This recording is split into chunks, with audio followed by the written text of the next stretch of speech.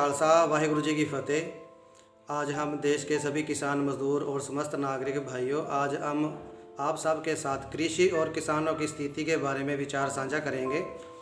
जो किसानों की आज स्थिति बनी हुई है, जो किसानों की समस्याएं हैं, उन सभी समस्याओं को हम एकजुट उठाने के पक्ष में हैं, यानी कि सभी समस्याओं का समाधान हम एक साथ ही करवाने के पक्ष में हैं। बार बार हम एक ही समस्या को ना उठाएं। और जो समस्याएं हैं, उन समस्याओं में सबसे गंभीर समस्या जो है किसानों के लिए बनी हुई है, वो है जो अंग्रेज़ों द्वारा बनाए गए कानून हैं जो आज भी लागू हैं।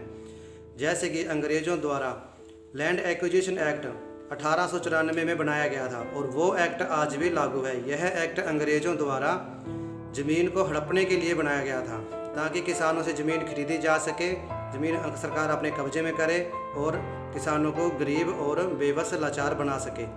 इसी तरह से एक एक्ट और बनाया गया था अंग्रेज़ों द्वारा, गाय हत्या एक्ट। यह 1760 में बनाया गया था। इस एक्ट के द्वारा जो किसानों द्वारा बैलों से खेती की जाती थी, उन बैलों को मारने का एक्ट बनाया गया। यह कानून आज भी लागू है। इस कानून के जरिए आज देश के अंदर बहुत सारे ऐसे कत्ल खाने बने हुए हैं, जिन कत्ल खानों में गाय का और बैलों का और अन्य पशुओं का कत्ल किया जाता है। यह जो पशुधन था, यह किसानों की उपज का बहुत अच्छा सहयोगी था, इससे उत्पादन होता था किसानों को। इसी तरह से कर एक्ट लगाया गया था किसानों के ऊपर अंग्रेज़ों द्वारा। जो टैक्स एक्ट था वो लगाया गया था लगान एक्ट।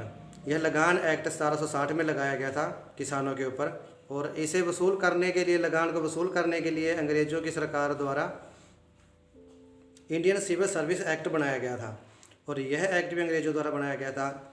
और इसी तरह से इंडियन फॉरेस्ट एक्ट बनाया गया था अंग्रेज़ों द्वारा। जो आदिवासी थे, जो किसान जंगलों से उत्पादन करते थे, उनको गरीब बनाने के लिए, जंगलों को उनसे छीनने के लिए इंडियन फॉरेस्ट एक्ट बनाया गया था। यह एक्ट आज भी लागू है और इन सभी एक्टों को ख़त्म करने की आवश्यकता है। और इसी तरह से एक नियम और बनाया गया था अंग्रेज़ों की सरकार द्वारा। जो किसानों द्वारा उत्पादन पैदा किया जाता था, उस उत्पादन का जो मूल्य तय किया जाता था, वो अंग्रेज़ों द्वारा किया जाता था। आज भी यह मूल्य सरकार द्वारा तय किया जाता है। वही विधि और वही कानून, वही नियम आज भी लागू है। और इसी तरह से जो किसान अन्य मंडी में उत्पादन नहीं बेच सकते थे, एक ज़िले के किसान दूसरे ज़िले की मंडी में जाकर उत्पादन नहीं बेच सकते थे, यह नियम आज भी लागू है।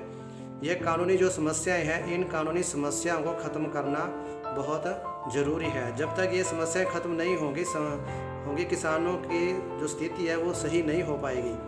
और इसी तरह से जो आज़ादी के बाद 1995 में जो अंग्रेज़ों द्वारा, अमेरिका द्वारा या अंग्रेज़ों द्वारा ये WTO की संधि की गई थी या समझौता किया गया था, ये WTO का एग्रीमेंट है जो किया गया था हमारे देश की सरकार द्वारा, इसके कारण भी स्थिति बहुत गंभीर बनी हुई है। जो WTO है, ये एक बहुत गंभीर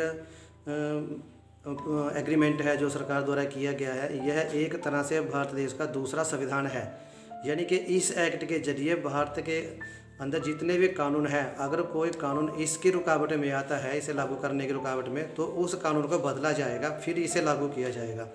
ऐसे प्रावधान इसके अंदर हैं और इस WTO को ही ख़त्म करने की ज़रूरत है कि हम लोग इसमें से बाहर निकलें और देश को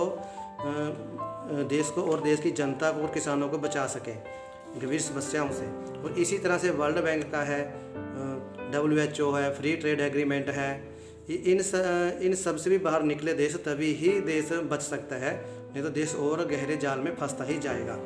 इसी तरह से और भी समस्याएं हैं। इस तरह से जहर युक्त खेती जो 1966 में शुरू की गई थी हरी क्रांति के द्वारा, और उस क्रांति के द्वारा जो आज तक उसे चलाया जा रहा है। आज भी किसानों द्वारा खेतों में जहर डाला जा रहा है, यूरिया डाली जा रही है, DAP डाली जा रही है, और बहुत सारे ऐसे प्रोडक्ट हैं जो फसल में डाले जा रहे हैं, जिस कारण फसलें और जहरीली हो रही हैं। और फसलें जहरीली हो रही हैं, इसी को हम खा रहे हैं, हम पूरा देश इसी को खा रहा है। और इसे खाने की वजह से, जहरीला भोजन खाने के कारण आज जो हमारे शरीर है वो बीमारियों से ग्रस्त हो गए हैं। और किसान ही नहीं, पूरा देश यानी कि शहरी लोग भी इस जाल में फंस गए हैं। आज किसानों की ऐसी स्थिति हो गई है और पूरे देश के अंदर आम जनता की भी हो गई है कि एक पिता अपने बच्चों की लाश का संस्कार करता है। यानी कि पहले ये समस्याएं देखने को नहीं मिलती थी।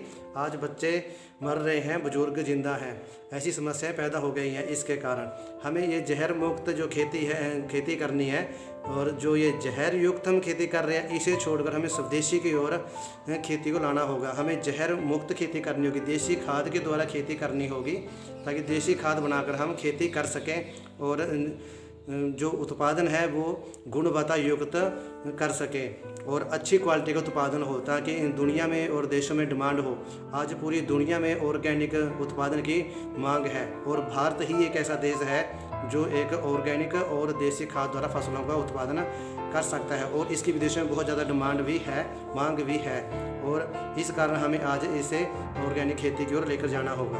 तो इसे और बेहतर बनाने के लिए आप हमें सुझाव दें। अगले पॉइंटों पे हम अगली वीडियो में बात करेंगे। वाहिगुरु जी का खालसा, वाहिगुरु जी की फतेह।